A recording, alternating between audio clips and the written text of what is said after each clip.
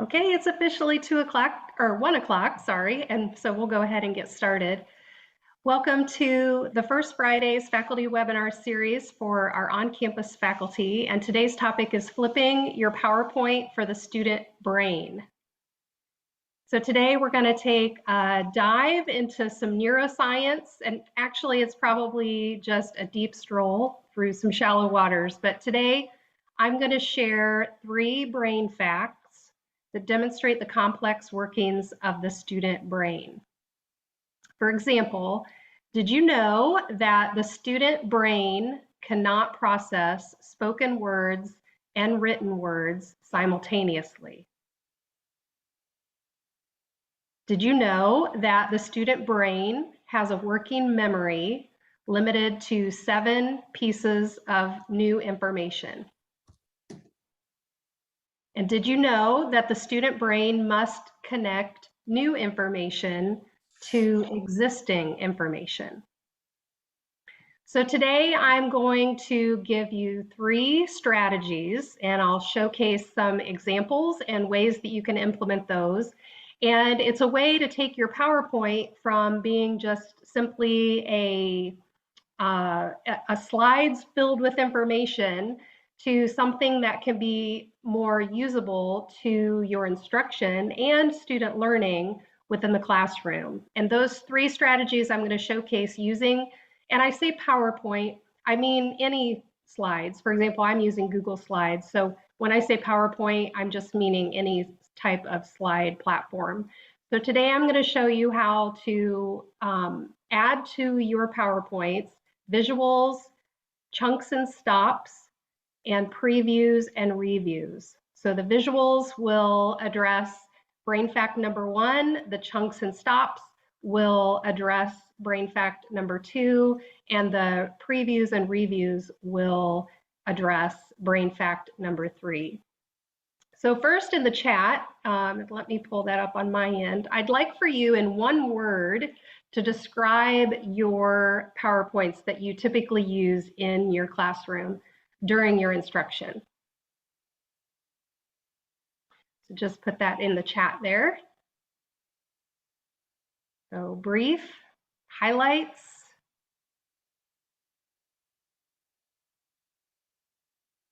no one says boring, so that's good. A supplement, good, good. So a question for you to ask yourself is, do your slides tell information? Oops. Hold on just a second. Or do they show information, tell a story, or take students on a learning journey? So showing while you're talking is a great way to teach with the student brain in mind, and we're going to look at some examples here today. So brain fact number 1 is that the student brain cannot process spoken words and written words simultaneously. So we're going to address this with visuals.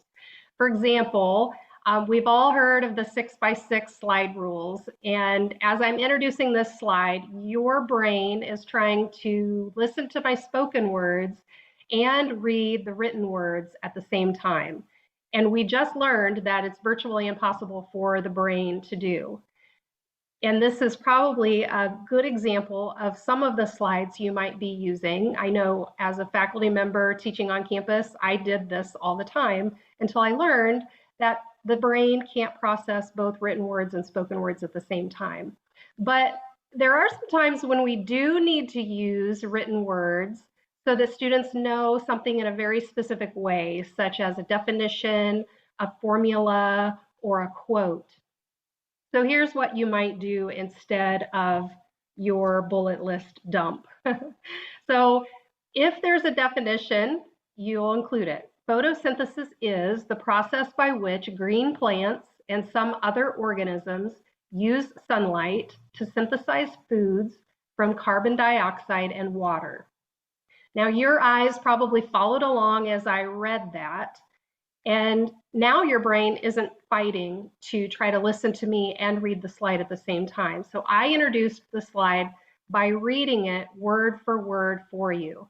So as the teacher, if you have slides like this where it's really critical that the wording is just right, when you move to that slide, read it out loud for the students. They'll be reading along with you quietly.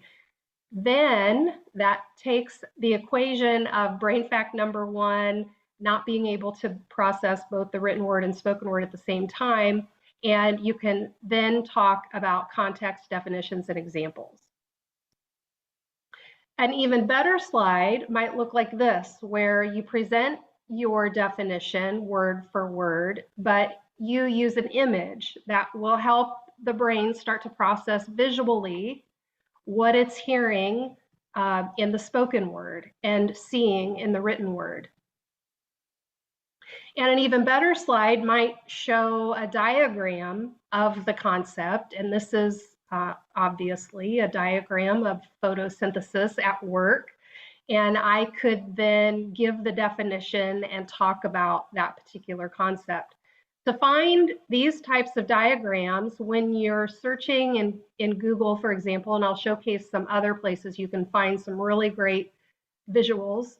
But if you're on Google, you could search your topic and add the word diagram or infographic. So diagram or infographic along with whatever you're searching for. So I searched for photosynthesis diagram, and I was given lots of different options to choose from, and I just grabbed one and put it into my slide. An even better option might be to demonstrate the process of photosynthesis with an animation. So you can add the animation, you can turn the volume off when you embed the video or the animation into your slide. You could leave the audio on if you wanted, but the brain can process images and spoken words at the same time. And that's 2 inputs, seeing and hearing, in 2 different modalities with images and words. And that means the brain can process the information even better. So a tip for finding these is to search on YouTube and or Google and search your topic plus the word animation. And you'll find all kinds of examples of things related to concepts you might teach. Now here's another example with just facts about a topic. And remember, the brain cannot process, cannot read the written words and listen to my spoken words at the same time, which is brain fact number 1. And you might also remember from earlier that our working memory is limited. Can anyone remember how many new pieces of information our memory is limited to? 7. Yep, thank you. So we have lots more than 7 pieces of information here.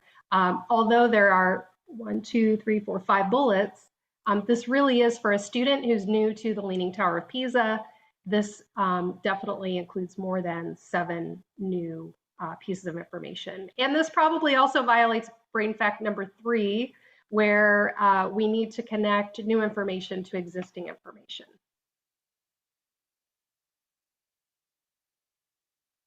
So when you think of a PowerPoint, think billboard. Pictures tell a story, pictures are relatable, pictures show scale, they show relationship, and they show context.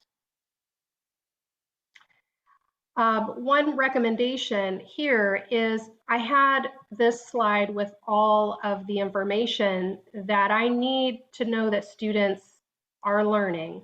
So what I can do is change my slide to this picture, provide an introduction of the Leaning Tower of Pisa, and take those bullet points that I had and put them down in the speaker notes. And that way, when I'm presenting the information, I still have those speaker notes to guide some of the things that I might say about the Leaning Tower of Pisa to introduce it to students. But while I'm talking, they're seeing a visual. They can see the people, so they can see the scale, the size, the lean, and they can see that there are other buildings around it. A lot of times students think there's this tower out in the middle of nowhere that's leaning. That's not the case. So it shows context as well. So another way to bring this more to life is to add videos. And this shows scale and context. It makes it more real. It's visually engaging. It can prompt student questions that words or a static picture might not. And I don't know if you've seen this, but it's popular on YouTube that people are adding walking tours and driving tours of lots of different places. And for this one, there is sound to it, but when I embedded the video, I simply turned the sound off. I just wanted students to have an immersive experience watching someone walking up to the Leaning Tower of Pisa. There's lots of tours of different places. So if you teach a class and you have concepts related to places, locations, things, these are great ways to find and give students an up-close look at what you're talking about. You can also start and end, decide where the video will start and end when you embed it. So you can like trim off some of the start or trim off some of the end. And that's what I did with this one.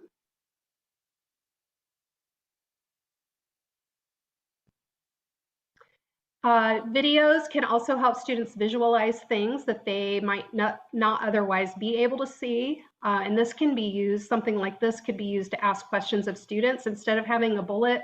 And I can't remember the name of this concept that it's showing here, but this is showing regular and irregular things happening in the heart.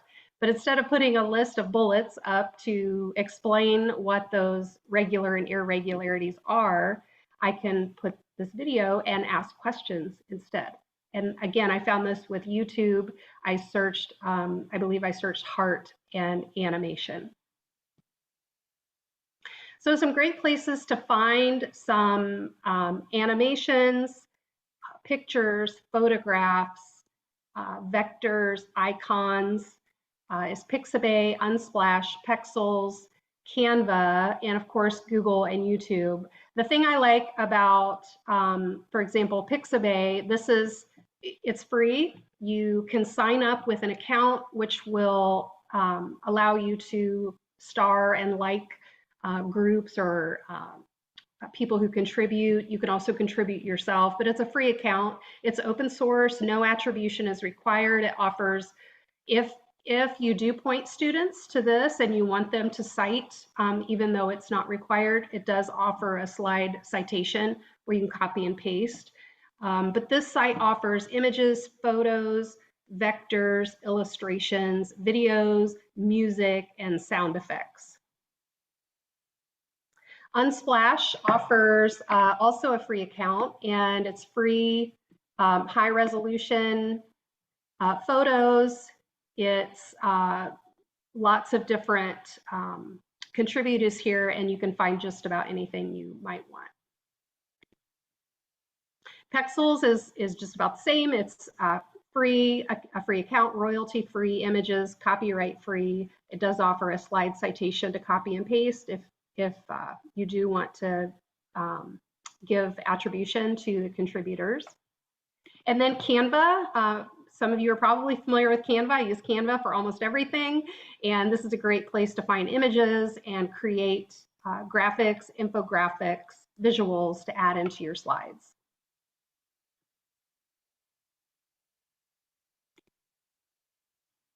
So in the chat, just let us know, what is one of your concepts that you teach on a regular basis that you could show in your slides rather than just tell?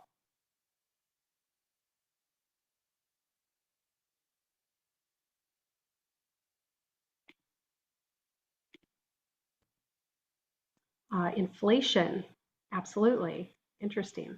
Checks and balances.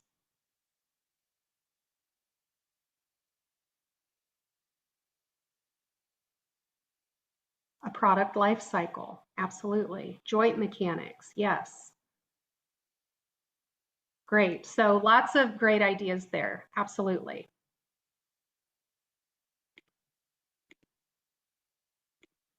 Okay, so brain fact number 2, and this has to do with the brain only being able to, the working memory is limited to 7 new pieces of information. And keep in mind, these are kind of like buckets. And for a student who's brand new to a particular discipline or course topic, their buckets are likely small. So if you think about buckets as someone who's experienced in your field, to learn new information about your field, your bucket might have more things in it. But a student is probably limited to only 7 new pieces of information, whether they're chunked or not. So think about it that way. So a lot of times we pull up our PowerPoint slide and we talk and talk and talk, and our students we know what they're doing sometimes, right? And I just wanted to put this in. I don't always use PowerPoint, but when I do, I'm interesting. So PowerPoint is for more than information or content, and we want to think beyond the lecture when we build our PowerPoint slides. So you might get a PowerPoint slide deck from a publisher. And the first thing I always do with those is I take the bullet information out of the slide and I put it right in the speaker notes. And then I start to create my slide with visuals that will help supplement that information. So think engagement and refocus your thinking as you're building your PowerPoints. Refocus it from what are the things I have to teach and what are the things I want my students to learn. So think about your content you need to cover today in a class and ask yourself, how can you chunk that into buckets that make sense? And for students new to a particular topic, we want to make sure those are small pieces of information. And then we're going to add slides that help you and the students stop, pause, and process the information. So you'll see in today's example, I've provided, if I were in a classroom, I would be doing things more engaging, maybe moving around the room. I would be having people raise their hand, ask questions, get together with partners and discuss some of the things we're talking about. But today I've simply used the chat feature, which allows me to stop, ask you to reflect, and ask you to share something. So I've tried to model that for you today on Zoom, and it's a little bit limited to what you might be able to do in the classroom. But basically, this is their time to allow their working memory to process the information. So you share information, you allow them time to process the information, make connections, organize it, and it will start to help them push that information into their short-term memory. And then you move on to the next section of information. So we're going to insert slides for engagement. We're going to actually add them right in. So we might have a PowerPoint slide deck that is, let's say, 15 slides of content. Again, we're going to try to make it as visually appealing as possible and as visually engaging as possible. But then we're going to add extra slides. So your slide deck might go from 20 slides to 50 slides or 20 slides to 30 slides if you're adding in your stop points. So this might be a great place for questions. You add slides in that provide maybe a case related to the information. Add in some situations and have students ponder what they might do or how they might handle it. You might have them do a think, pair, share, and that's for peer-to-peer engagement. That's one of my favorite techniques. It's low tech, it's easy to do. You just have students pause and think, and then they find a partner, and then they just share what they're learning. You might have them do a reflect and sketch, and this might be just simply for reflection. It helps those students who are more visual in nature to sort of start to sketch out what they're learning and start to make some connections. You might have them create a mind map, and that can be done on paper. You might have them partner together and do a mind map. And you might have them simply jot down what is something that's confusing. What's the muddiest point? And that can then be a point for reflective discussion where you have them share some muddiest points and have students who are in the classroom who understood that concept explain it.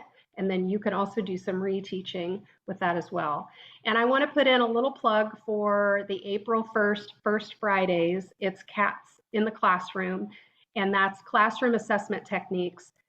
These are some classroom assessment techniques, and I'm going to share even more of those when we meet in April. So what is a unit that you could or you need to chunk into right-sized pieces?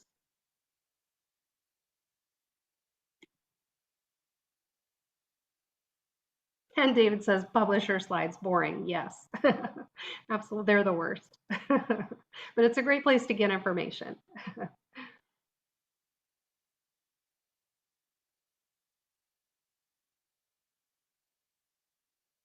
All right, so as you reflect on that, this is an example of one of these stops. So I'm asking you to reflect and start to apply. And like I said, if I were in a classroom, if we were in person in a room, I might ask you to think, pair, and share, and maybe even start to do a little bit of pre-planning. But think, pair, share is one of the quickest, easiest, most low-tech ways to engage your students. And that peer-to-peer engagement, that peer-to-peer discussion, we have ways as people who are experts in our field of explaining things. And maybe sometimes that is a little bit more too advanced for students when we explain it. Sometimes it's better if a student explains it to another student. They're putting it in their own context and in their own words, which can help people understand even better. So that's one of the great ways to use that. Brain fact number 3 is previews and reviews. So the student brain, as we know, has a working memory limited to 7 new pieces of information.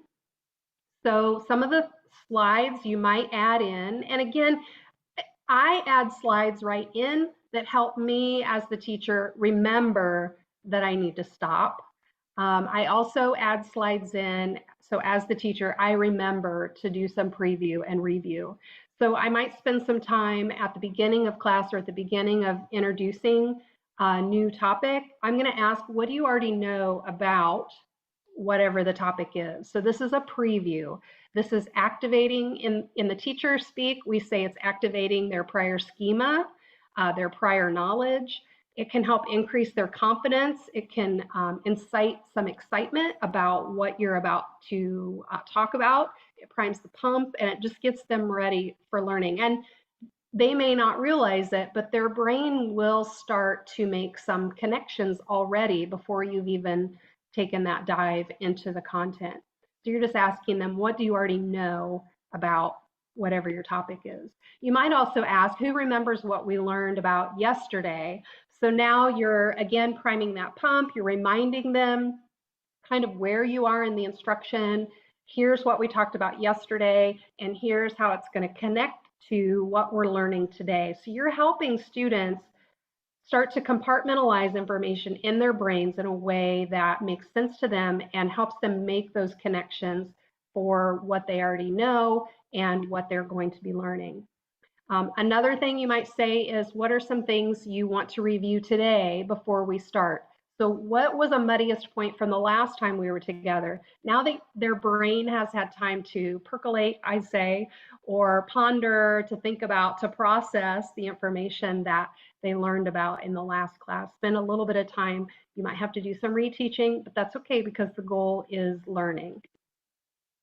And then at the end of class, before you let them go, you can ask them, what did you learn today? And you might have them do that in a think, pair, share. You might have them just pop up their hand, and you could call on people, and it can provide some discussion and further clarification.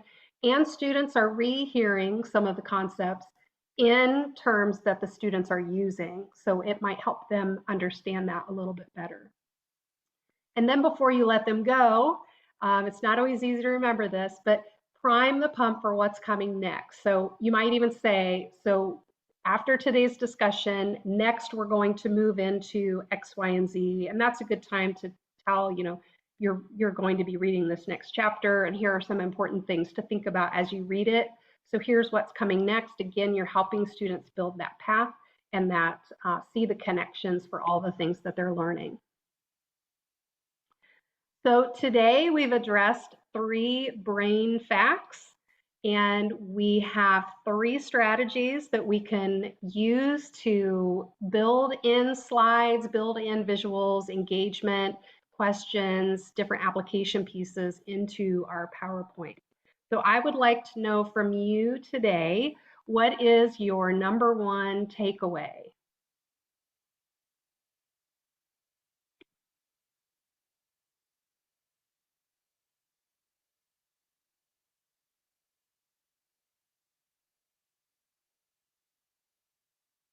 Preview and review. The chunks and stops, building in time to pause and reflect rather than plowing through. Absolutely. And I know that feeling of needing to get through the information. And that's sometimes hard to get past, but it is good to stop. More stopping points during a lecture to let students absorb information and ask questions. Absolutely. Good. So I'd like to put a plug in for our next First Fridays. I hope today you found it helpful and that you can take what you're learning and apply it to your instruction and focus on the student learning in your classroom. So next we'll be talking about cats in the classroom, and that's April Fool's Day. But we'll be talking about classroom assessment techniques, those low-tech, high-tech, easy, quick and easy, and elaborate formative assessments that you can use during your teaching to help both you and your students know if they're learning. So thank you so much for your time today. I appreciate it, and I will see you in the next First Fridays.